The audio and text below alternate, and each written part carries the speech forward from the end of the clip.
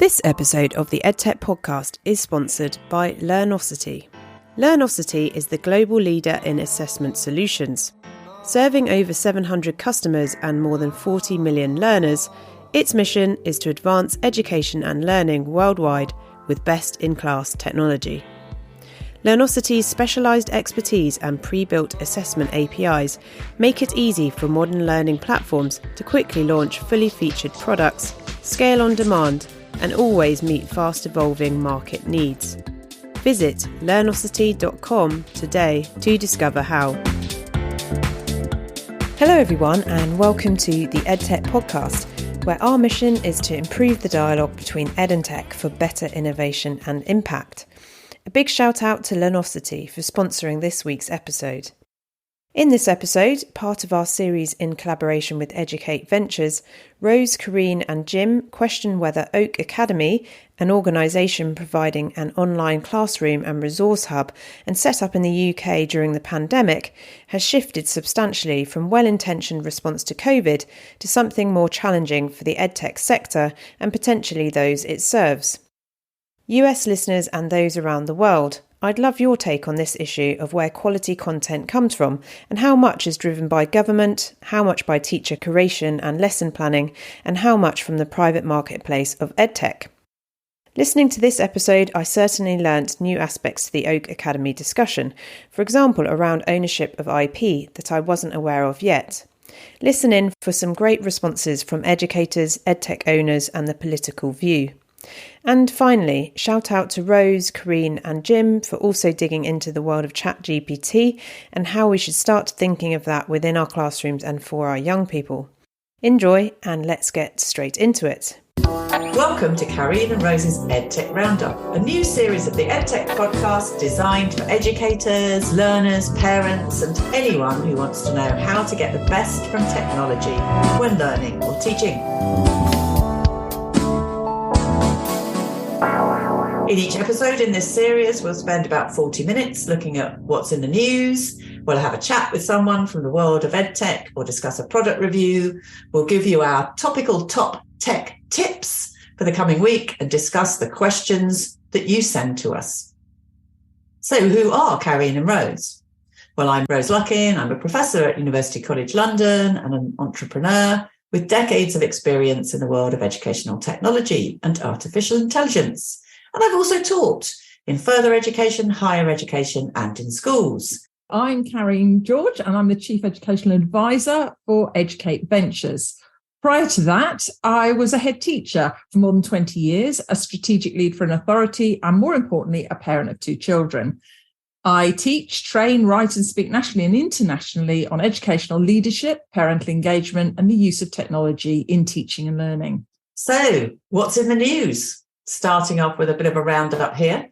I don't think anybody could possibly have missed the excitement and also some trepidation about ChatGPT, the latest AI to hit the airwaves. I was intrigued to see that in the Times, ChatGPT was described as an artificial intelligence program banned by schools in New York because it could put an end to homework, according to Elon Musk. ChatGPT can produce fast, accurate pieces of work that mimic a particular requested style of writing. The city's education department has barred it from school devices and networks because of fears it could be used by children to write essays and answer questions. Raises the issue that we need to rethink assessment and consider the impact that AI will have on assessment. Well, I've been saying AI is changing assessment and needs to change assessment at a much faster pace. So I was fascinated to read that. I'm sure there'll be lots of people, mainly students, who'd love to see the end of homework. But I don't think something like ChatGPT needs to be seen in that negative way. It's a type of AI that can be super helpful, and it's a type of AI that young people need to understand because it's going to be there in the workplace when they leave school. But for today, we'd like to focus on another very topical issue, and that is Oak National Academy. Following the announcement to allocate £43 million of government funding to make it part of a new government arm's-length body. There'll be a lot of teachers going, £43 million is a lot of money, won't there, Karine? So serious concerns have been raised by the publishing and the EdTech sector about the decision. And Jeff Barton, who, as you know, is the General Secretary of the Association of School and College Leaders, warned that this move could make it harder for schools to recruit and retain because it could take away their autonomy. You know, we don't want a clickbait curriculum where we're just picking out these resources. So what should we be mindful of as the government plans are called into question? And should we as teachers, parents, and in fact, anyone involved in education sector really be concerned about this forthcoming decision? Absolutely. I think we have to be concerned. I mean, just for a bit of history. So Oak National Academy, which is often referred to as Oak's, an online educational resources platform. It was launched in April 2022 as a response to the problems that we experienced in the pandemic. It was available and still is available to schools free of charge. And the original funding, of course, came through the Government Coronavirus Act, so it was emergency funding, and that was £6.4 million. And that funding mechanism waived the requirement for procurement that would normally be in place as part of a proper tendering process, which I think does raise some questions. But Karine, the white paper's put a whole new frame on this, really, hasn't it? Yes, it definitely has. You know, last year in the school's white paper, we were told that Oak would be incorporated into this new ALB, this arm's length body, and would be awarded £43 million in an initial round of funding. Let's say that number again. I mean, goodness, you know, because where is this £43 million coming from? But £43 million in an initial round of funding. Now, before those teachers get excited that they might be able to, or head teachers be, you know, concerned with some of the things they need, like training or infrastructure or any of the other things that they're worried about spending their money on, if it goes towards this arm length body, you know, people have become a little worried. Other people who create content for education, like video resources and lessons, etc., are all concerned because initially the Oak grew out of professional generosity, didn't it? Last year, the white paper, we were told that Oak would be incorporated into this new arm's length body and be awarded this money and funding. Now, other people who create content for education, video, resources, lessons, etc., can still have their material to be part of the Oak platform, but they have to sign over the ownership. Now, in other words, Oak will own the intellectual property of the content. Another interesting fact is that Ofsted will hold a role, or it's suggested that Ofsted will hold a role on Oak's subject expert panels. And I think if that's the case, that's become a real red flag. Yes, I mean, it does sound a little bit worrying, doesn't it? And I know that you've been out and about talking to some teachers and head teachers to find out a bit more about this, because on the one hand, it's a free resource. Yep. Schools are strapped for cash. Could that be useful? But on the other hand, there are worries. Is it going to cramp competition in the UK? Is that going to impact negatively on other educational technology providers and reduce the variety and range of things that are available to schools? There's lots of questions that I think need to be asked. But what have you found when you've been talking to teachers and head teachers? Well, now that's been really interesting. Many of the teachers told me that obviously their schools used Oak Academy resources during COVID as a stopgap when they were grappling with this multitude of problems as their schools closed their doors and moved to online learning. And remember, that was with very little time to prepare for this significant educational change. Now, initially, turning to prepared lessons was particularly helpful in supporting staff as they grappled with the technology, and the well-being issues of children, because you'll remember we saw some schools that didn't have the instructors going out and supporting even with food packages and so forth. And then as the infection rate soared and teachers became unwell, the resources were useful, particularly to cover teachers who at a moment's notice were asked to deliver lessons in areas they were less familiar with. Can I just interrupt there? I think that's a really important point, isn't it, Karine? It was given with generosity. Totally. So teachers put resources up there. The EdTech community put resources up there. There was a lot of goodwill originally, wasn't there? Yeah. Now, what these teachers said to me that I talked to, and as I said, I talked to a range of teachers and head teachers in primary, secondary, and inspectors, they said the lessons were functional because they were done, as emergency lessons. Overwhelmingly, the teachers mentioned, the bit that came out for me was that with anything centralised like Oak, it didn't adjust for context. Importantly, no account was taken for the readability factor of the material on screen. consider that we've had all this debate about concerns raised about a quarter of secondary school children deemed to have reading ages below 11. It was aimed at the middle. So in fact, while the teachers I spoke to initially turned to Oak's resource as a starting point, they felt that to meet the differing needs of their children, because some children just couldn't access it, they couldn't do a one-size-fits-all lesson. It didn't save them time as promised because they still had to adjust. And certainly if they were to use it now, it wouldn't save them time because they want to, professional teachers, their craft is to develop lessons that meet the needs of their learners, the differing needs of their learners in the context they are, to achieve the vision for their community of how, and that's what good teachers do. And so, what the concern was for them is that something that grew out of this fantastic goodwill is being morphed into something that's going to be different. Now, one teacher quoted for me, and this is direct quote from a head teacher in Cornwall. I think what's important is the government needs to listen more to what schools actually need than to assume they know what schools need. And they need to be talking to the people who are actually delivering the teaching and learning. That makes so much sense to me. Really, how can we make decisions about what's most suitable without talking to the people who are actually going to be using it? It's really interesting, Karine, to hear those comments from teachers and head teachers about this issue. And actually, we're really lucky today because we've also got a policymaker here in our lovely Zoom room studio with us. And so we're going to stay on the subject of Oak today. And we're delighted to welcome Lord Jim Knight to our lovely Zoom room. You've been involved in education and in particular educational policy for many years, both as an MP, Minister for Schools, now in the House of Lords. Welcome to Karine and Rose's EdTech Chat. I want to start by asking you a question. Why do you believe there's so much controversy about Oak National Academy? It's doing a remarkable job of uniting a whole bunch of people, the Publishers Association, the British Education Suppliers Association, conservative backbench peers in a debate yesterday, along with some of the more left-wing former teacher union heads on the Labour benches. So there's lots of people concerned about it. Why? As you said, Rose, in talking about its history, when it started back in 2020, there was a lot of support for it. The founders, Matt Hood, who was a big driving force behind it, has a lot of friends in politics, and Reach 2 and United Learning and some of the others who collaborated around its formation, I think did a fantastic job in creating something that was one of the really useful resources for people.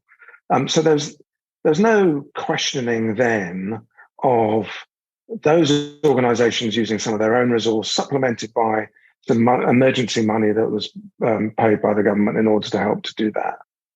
The announcement of the formation of this arm's length body as Oak was came in the white paper. It took several months. I think it was the white paper was probably in March last year, and it wasn't until November that we had the business case that justified spending the money, the £43 million over 2 years. So it felt like the business case had been put together kind of in a bit of a hurry in retrospect in order to justify a decision that had already been made. Sir John Coles, who heads United Learning, withdrew from it. That's interesting. He'd been talking to the then schools minister, who'd said, this is a quote from an article in Schools Week. John says, he gave me a clear sense that his aim was to promote his own view of the curriculum in this country. John didn't want to be part of what he describes as something that only a totalitarian government would do, withdrew United's support and all of its resources. And that was one of the voices going, hang on a minute, is there a problem that £43 million needs to fix in terms of quality? There's a rich array of different educational resources, both paper-based and digital, that are available for teachers to use. some of which is poor quality, some of which is great quality, but there's plenty of great quality stuff that's out. So I don't think there's a quality problem. Is there a problem with it's taking too much time for teachers to find what they need? Well, maybe. But, we had a debate about this in House of Lords yesterday, and Estelle Morris, the former Secretary of State, and Christine Blow, the former head of the National Union of Teachers, as it was then, both former teachers, both agree that what you love doing as a teacher is lesson planning. Yes. It's sort of part of what defines your professionalism, and you kind of aligning the curriculum that you're supposed to teach with your kids in your context, in your setting, and sort of working that out as part of the joy of it in many ways.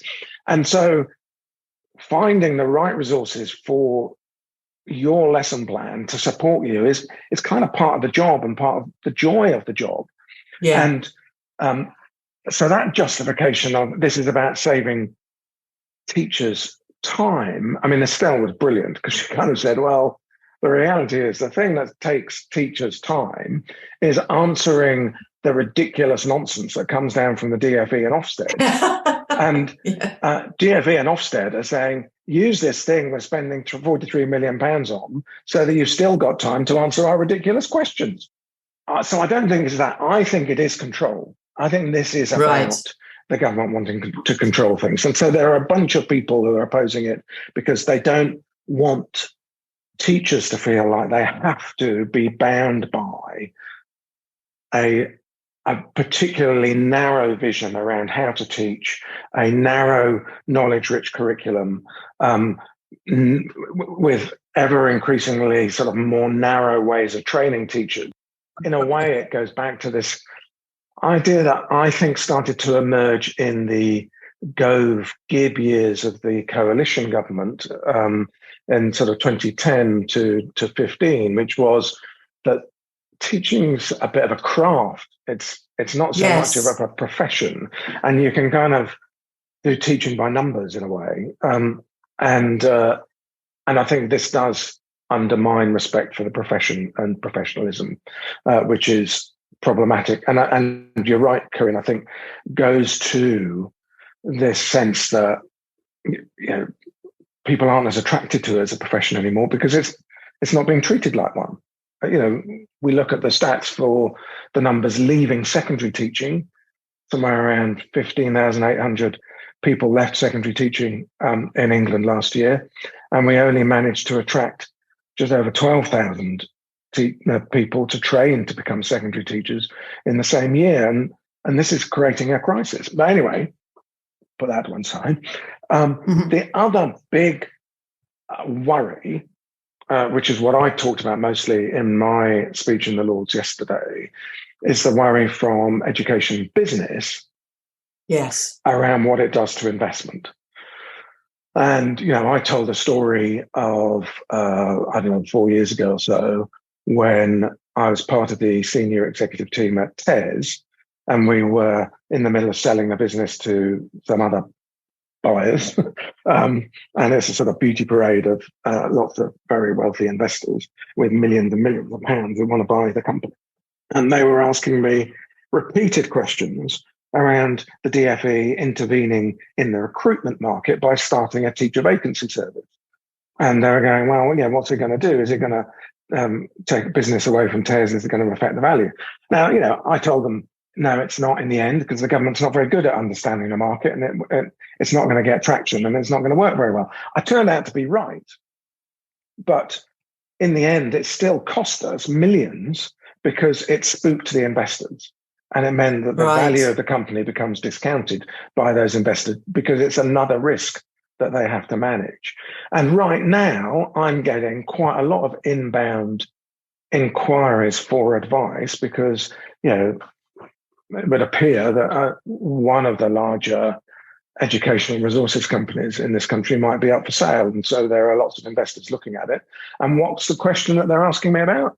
What's the government doing investing £43 million in Oak? Why are they buying a publisher? Are they going to buy other publishers? What's this going to do to the publishing market? And this is going to end up being another risk that will discount the amount of investment coming into British business in the educational resources area in this country. And understandably, there is legal action now being taken against the government about this formation because of what it's doing to investment and to the commercials of an important, successful part of British business. There's huge economic implications there. And also, going back to the earlier points, huge implications for the quality of what will end up in front of teachers and learners. Because if we don't get the investment into these businesses, then they can't produce the best of the best, which is surely what we want to make available to teachers and learners. Yeah, absolutely. And look, I'm not saying that I think this is a deliberate act by government or by the people at the top of Oak in order to undermine investment and business. I think it's an unintended consequence of them clumsily entering the market. I am more concerned that the intention is about control, as I talked about earlier. Yes. And if you were very cynical, you would say, well, as we have more and more of a shortage of subject specialists in classrooms, do we need more of what you talked about earlier during the pandemic, where you got supply teachers ending up loving Oak because they can just press play and you get a lesson that's pre-recorded, delivered at you, and you don't really have to worry about your subject knowledge. Is that what we want for our kids? I don't think so. And when you look at it, what a lot of the old Oak content is, it's really quite long videos. I was hosting a dinner at the end of last year with the founder of Duolingo, Louis Van Gaal, and they have 2-minute lessons on Duolingo. Yes. 2 minutes, not 20 minutes on Oak, but these 2-minute lessons. And he's saying, well, my competition now is TikTok. And I'm having to look at whether or not it's feasible to have a 30-second lesson, because 2 minutes is too long for the attention span of learners. Now, I'm not necessarily saying we should go down that road, but I do think that there are some sort of structural fundamental problems around the nature of the content beyond the intention behind that content. Some of the lessons that we've seen goes against the pedagogical approaches that are recommended in cognitive overload, in just, as you said, looking at videos constantly. So there's a whole range of issues that aren't considered when you're doing a clickbait curriculum. I don't know whether that's an expression we can use, but if we're just going to click and pick perhaps is the phrase we should use. The worry as well for me is that we've already devalued the profession in many ways. And that generosity of spirit from all stakeholders that was seen is going to disappear. I should be fair in the interest of balance and say, the defence that was given by the ministers and by one or two supporters was, look, there is no expectation that Oak should be the only source that will be used. They've explicitly said that where there is a lot of provision in the market, so in phonics, for example, Oak will not do anything. They're not going to do anything post 16. They were talking about restricting it and then being really clear it's not the only source, and that they're investing £8 million of the Oak money in other providers.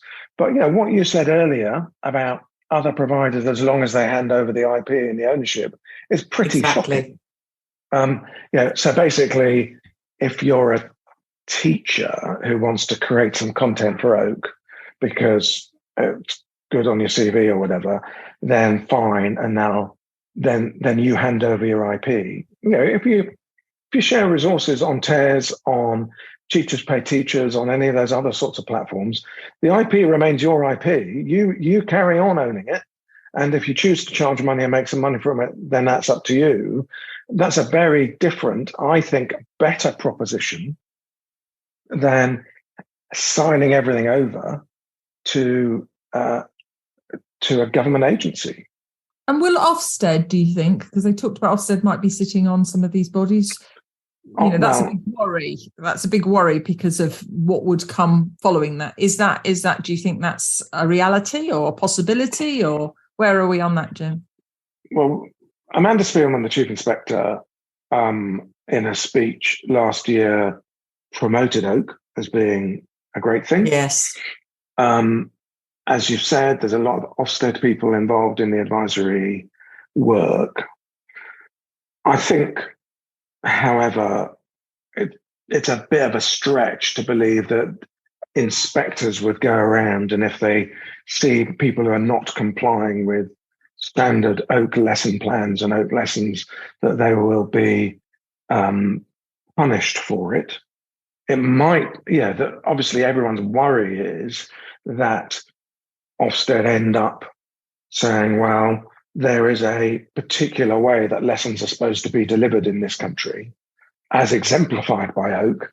And if you're not doing that, then we're going to look much more carefully at what you are doing and be more skeptical about your strategies for teaching and learning. That it is a worry. And look, I think there are questions for Ofsted about this. There are wider questions for Ofsted about the quality of inspections, which I think are too variable at the moment. I think they're frankly hideously overstretched at the moment, and they're not doing consistently a good job. I chair a multi-academy trust. I talk to the chairs of other large multi-academy trusts, and we've all got issues with some complaints. With some inspections, most inspections are great, and the teams do a really good job. And if you deal with them professionally, they deal with you professionally, and that's fine, and it's all good. But there are too many circumstances where it goes wrong, and we're putting in complaints, and complaints go nowhere. And who is inspecting Ofsted? It's a really good question, and really important as well. There's a couple of more aspects that I'd like to ask about, and I know we're a bit short of time. The first is about the impact of Oak on levelling up and access, and the second is about data protection. I remember way before the pandemic being asked, when I was talking about AI, what I thought the worst future was and what I thought the best future was. And my kind of dystopian image for the future was students sitting in rooms being taught by computers with some minders. But then children from wealthy families going to schools, independent schools, where they had lots of human contact. There was lots of interaction, lots of social interaction, lots of variety. And I always felt when I painted this dystopian vision, I was wrong. It would never happen. But I worry that things like Oak, because it's free and because schools are really short of money, could by default become the technology that schools have to use. And if the quality is poor, then are we at risk of creating a real, even more double system? We're not going to close that gap. We're not going to do levelling up. Is there a risk of that, do you think, Jim, and Karine as well, from your experience? Shall I start, Karine? Yes. I think, look, there are definite risks around the system, the school system really creaking at the moment. Not enough teachers, not enough money, not being able to pay teaching assistants enough so that there are fewer humans in the classroom. And then at the same time, this sort of narrowing of the vision and and this coming from the top as to what good teaching and learning should look like. Yeah. And that as that system really starts to struggle and to creak, those that will suffer first will be those that are most disadvantaged. That's a sort of a sad, inevitable truth. I do incidentally think that there might be a more positive version of what an arm's length body for curriculum resources could be, and is worth thinking about. If we didn't have Oak as a publisher and we had an arm's length body, could it be there setting standards for publishers to use around curriculum resources? Could it help develop some kind of an API for digital resources so that they become more interoperable and third-party platforms could could use them and match them to teachers and to pupils so that it is easier for teachers to find what they want. Is there a role for an arm's length body around data and that other question that we're going to come on to? I think maybe, Vector back in the day, abolished back in 2010, would have done some of those things. I don't think we should revive Vector as it was, but there might be a role for a different vision of a Vector as an arm's length body to do some of those things. Maybe it just isn't what they've got in mind for Oak. Yeah, and for me, the levelling up isn't. All I can see is the gap getting wider. We saw it during COVID, didn't we? The gap with what we've got in the courses and what we haven't. And my worry is if we narrow everything, as Jim says, and we become more of an emergency teaching education, which is what it seems to be with this narrow gap, and we lose more and more people, what we're losing is our understanding of teaching, of the professionalism of teaching. And what we're losing is what we're not having. You imagine a lot of, over the last 2 years, training has almost, there's hardly any training given in school. So all that passion that we had, all that understanding about how children learn, and metacognition and all that is the stuff that we should be training our new teachers in to bring them into the profession.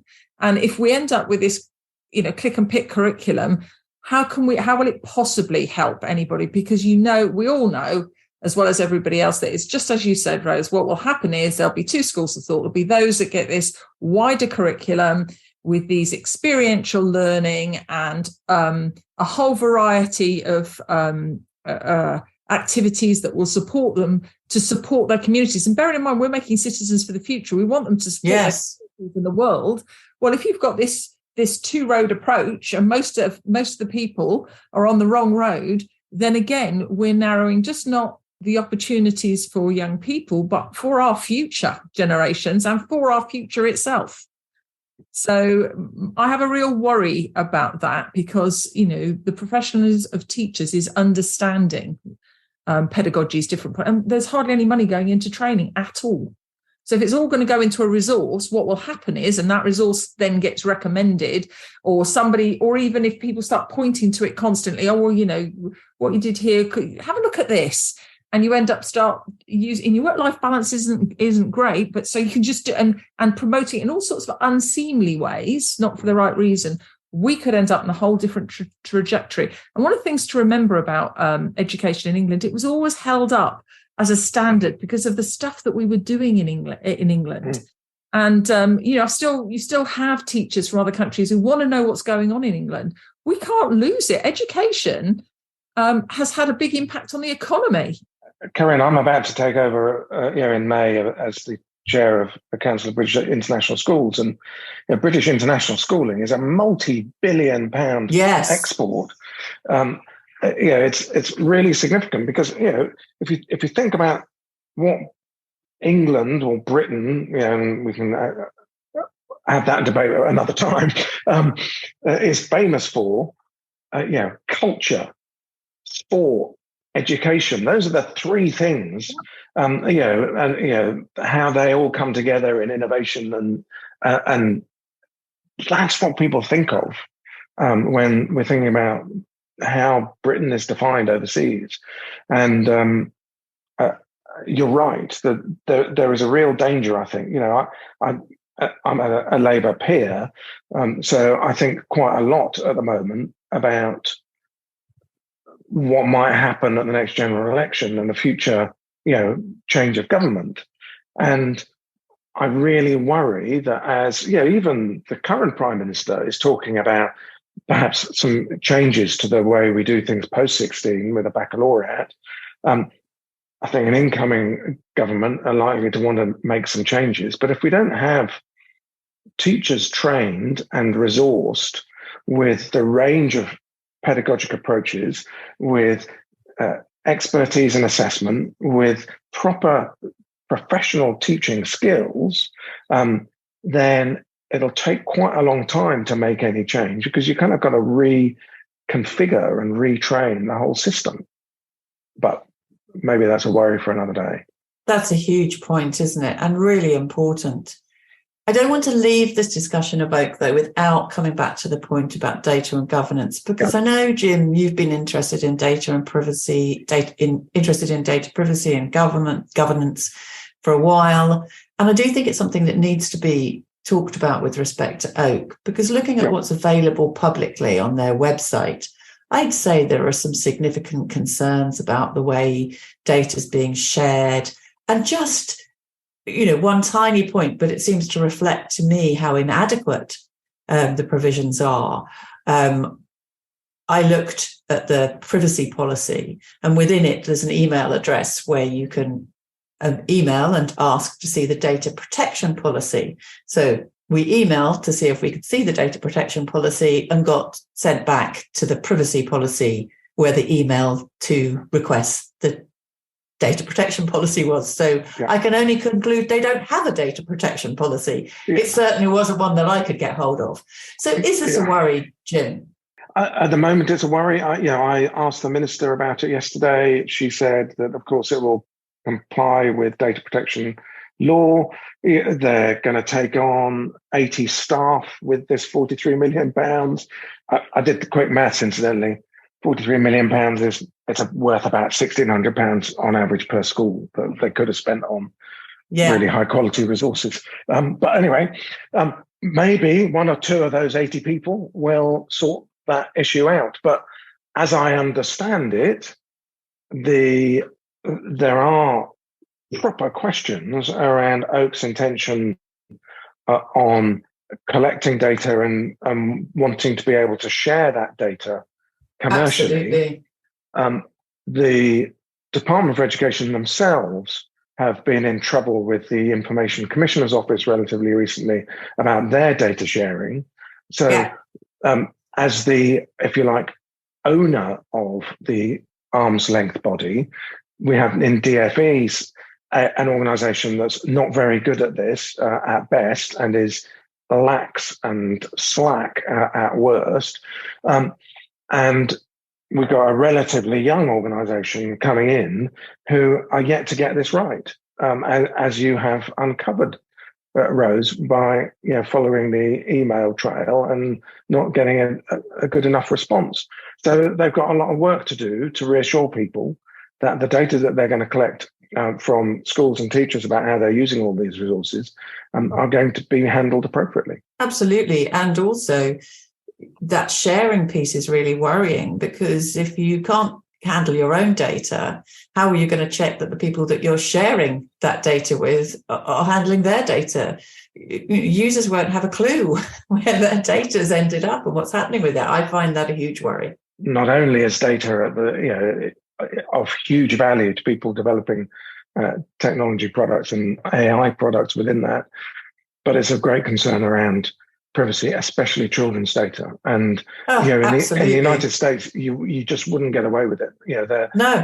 They come down on you like a ton of bricks when it comes to student data. So that's a challenge. Maybe we've got to make data more exciting, Jim. Maybe that's a challenge. Add the excitement so people want to know about data, because it's really important. I think, and the other thing is we've got to make it accessible to children to understand. Yes. And can I just say, I wrote an article where you can actually do that from very, very young children, explaining, through toys, if you give your toy away, what questions would you ask? Why wouldn't you lend it? And use that. It's really important to start, training our young people very young, as young as we can, so that they understand these issues. And it can be done in some fun ways to do as well.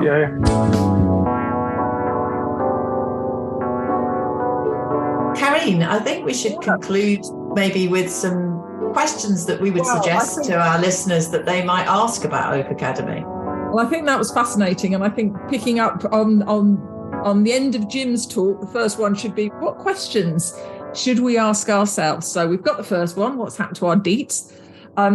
We should ask, do the Oak resources actually meet your vision for learning? Think about that. Important. Are the resources relevant to the students in your context?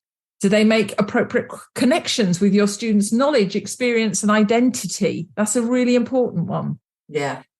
A valuable resource, and if we think about what we consider a valuable resource to be, it's efficient.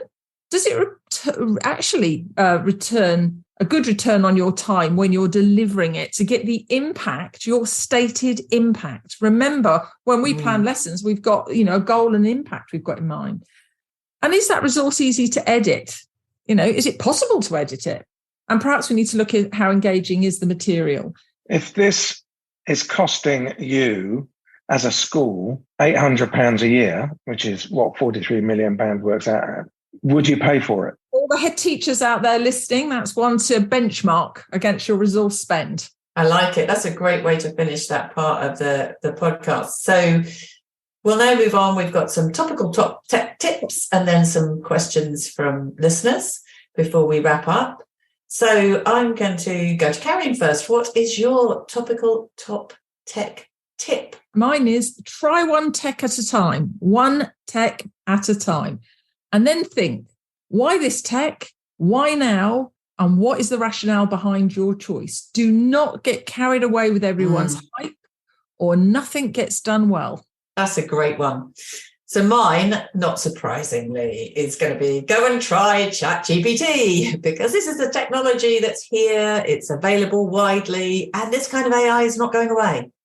So have a go, see what you can learn from using it. And in particular, ask it the same question multiple times and see how different or similar the responses you get are, because that will help you to understand the limitations as well as some of the benefits of the sort of technology, the sort of AI that sits between ChatGPT and some of the other generative AI programs that are out there. Okay, the last part of the program is very much trying to pick up on things that listeners have asked. I think it's really important, and it's a great opportunity for people to send us questions that we'll do our best to answer. So, Karine, I think we've had a question from Kate, and you can tell us a bit more about Kate and her question. Kate actually is a secondary, or was a secondary teacher, is now an inspector in Hampshire. Kate Broad, wonderful person. She used to be or is still an Apple educator, and was has been part of the group that we've asked questions for, support group. And she was on Bector many, many years ago. So she's got a very good pedigree. But these are questions she's been asked. And so she came, when I asked her about it, she said, these are the ones that I'm mostly asked about. Where should I, as a new teacher, or anybody as a new teacher, new to the profession or not, start with EdTech? So I think, first of all, the first place to start is identify what your problem is. What are you trying to solve? And then get the real information that you need. There's a lot of hype out there in terms of people who speak quite loudly and how to do endorsements. You have the celebrity endorsements. But what you don't have when teachers want to have a question, answer their question about how do you start with EdTech, where do you start with EdTech, is they often go to people who are on Twitter or social media who speak the loudest. So ignore all that. What's the problem you're trying to solve? What impact do you want to have? And then you can go and look for the resources and find the quality for the resources. Now, one of the ways to do that, if you're really unsure, is rather than just listening to people who've got the hype, go on to have a look at any tutorials that they've made on YouTube. Can they use it? How have they used it? In what ways have they used it? So it's not people just recommending each other. They see it in action. Because remember, any lesson can be, even if it's recommended, it can be taught in your context and somebody else can teach it, and it'll be the approach and the results will be very different. That is obviously great advice. And my sense is very similar around, you've got a bunch of tech that is there for the running the school efficiently, and that can liberate you to do things differently. I'm a big fan of EdVal's timetabling software, for example, that can allow you to do really interesting things about it with the timetable kind of on the fly and change things around, really quickly. That's a great use of tech, but not in the classroom. Once you get into the classroom, then I think it has to start with, well, what's your teaching and learning strategy? What's your curriculum? What is it that you're trying to achieve, kind of as Karine was saying? And then how can tech help? And what are you already using? Are you using that well enough and properly? Do you need to buy something new? if you do think that you might need something new or you might want to know what's out there, you might want to have a look at buying the right EdTech for your school guide that I believe EVR have on their website. So this question was about how do you support parents seeing the benefits of EdTech? And the reason that's been asked is because obviously lots of schools have had issues with parents saying that children are on social media too much. It's not real learning. It's taking away conversational time. We're worried about their eyes. And so there's a whole range of issues that go around with that one. When it's done properly, I'm really interested in flipped learning and how we flip the relationship between home and school and use tech at home in order to do some of the more instructional elements so that you've got more human interaction and more human time in the classroom. I think it's possible to tell that story, for example, as a pedagogic approach that embeds the use of technology to allow you to do things radically differently. That works for parents. They can get that. They can go, yeah, actually, rather than my child being on social media at home, having them do some of their classwork at home so that when they're in school, where phones are probably away if they're allowed at all, and they are working together with other learners and with teachers on a human-to-human level, that makes sense to me. That's a good thing. And that actually replicates a little bit of what I might do in my own work context. And so coming in on there, I'm going to be a bit anecdotal here. In my own school, we wanted parents to understand it. And like all schools, you do workshops, don't you? And parents come in. But that is just such a minor thing. What Jim's just said about the real and relevance is important. They need to see young people applying their skills in meaningful ways. And so having children actually utilizing the technology. So even down to things like we see children on front desks, don't we, in school, but do we see them setting up and calibrating the boards in the morning? Do we see them? They set up our radio station in the morning and used it every day to bring other children into school and to run their assemblies. So it had meaningful. There was a meaningful relationship between the EdTech and life and what they were doing. That we were reimagining how learning could happen. We were connecting with people across the world. And parents could see this, meet and tweet. So you meet and tweet out, there was a topical issue of the day. They'd watch News Round come up and they debated it. And then they met together and tweeted it out in a summary version, what they believed was their response to the issues of the day. And I know certainly Kate and I visited our schools a lot at one point. And Kate at the time in the school where she was a secondary teacher, she had a genius bar where teachers could go for help as well as parents could go for help. And they were trialing new tech that was supporting their learning and their understanding. And so what parents then got to see all the time was these meaningful relationships where this tool was being used for a real purpose. And it doesn't start you can start very young again and be built on. So when parents actually see it in use for meaningful purposes, in meaningful ways, to connect, to learn, to develop their metacognition, then parents get excited. I know, Jim, you many years ago attended the Techie Awards where you saw a range of technology being used, didn't you, to connect with... Unforgettable it was.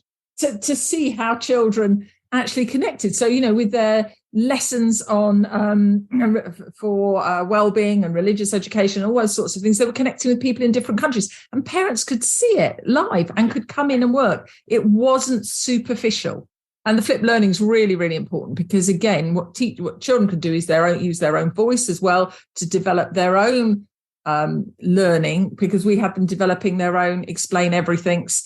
And again, with the flipped learning, as Jim said, they're then applying their learning. And again, parents are seeing it for a purpose, not as an add-on, not as a bolt-on. And that's important. Such great answers. I feel no need to come in and just say anything myself because I think they have brilliant answers to those two questions. And thank you to Kate for those questions. Unfortunately, that's it for today. Many thanks to Jim for joining Karine and I. It's been lovely to have you on our podcast. Please do send us your questions. We'll always have questions in each of these podcasts, and they can be about any aspect of educational technology for any age of learner.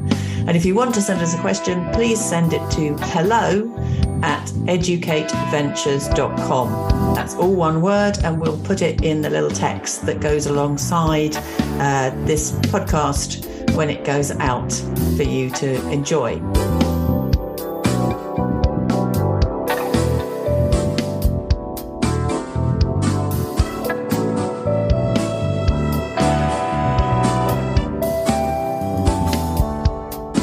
Thanks again to Educate Ventures for this episode of their collaborative series with the EdTech Podcast, and to Ofsted for sponsoring this episode.